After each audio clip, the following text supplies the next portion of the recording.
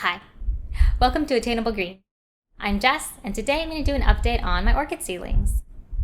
So last month, I deflasked a red Epidendrum type orchid. A lot has happened since the last video.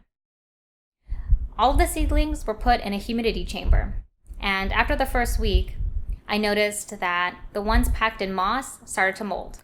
I guess I watered it a little too much, and mold set in. So I removed the cover, sprayed it with hydrogen peroxide, and saved as many seedlings as possible. Sadly, I lost about half of them.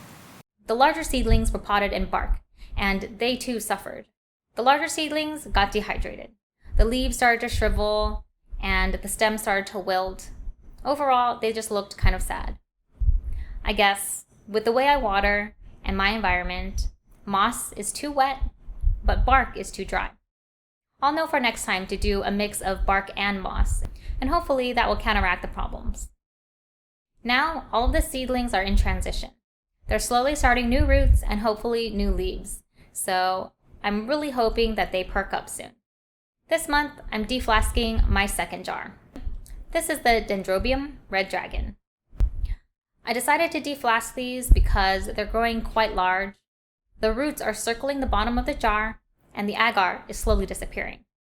It's about time to set these free. I wanted to do something differently this time than the previous one. So instead of breaking the jar, I'm going to do a dry deflasking method. First, I remove the stopper. I let the plants acclimate to the ambient humidity for the past 3 days. Then I used a large pair of tweezers and slowly teased out each of the seedlings. This way I have less root breakage, but some of the leaves did get bruised.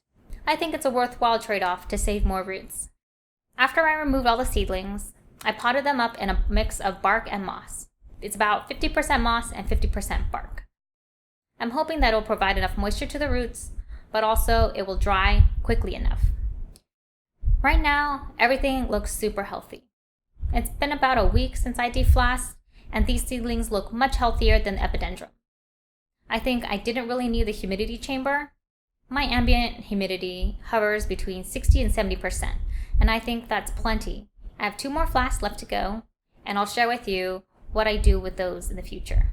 I'm hoping that I get better at this, and the survival rate of the seedlings will increase. Well, that's it.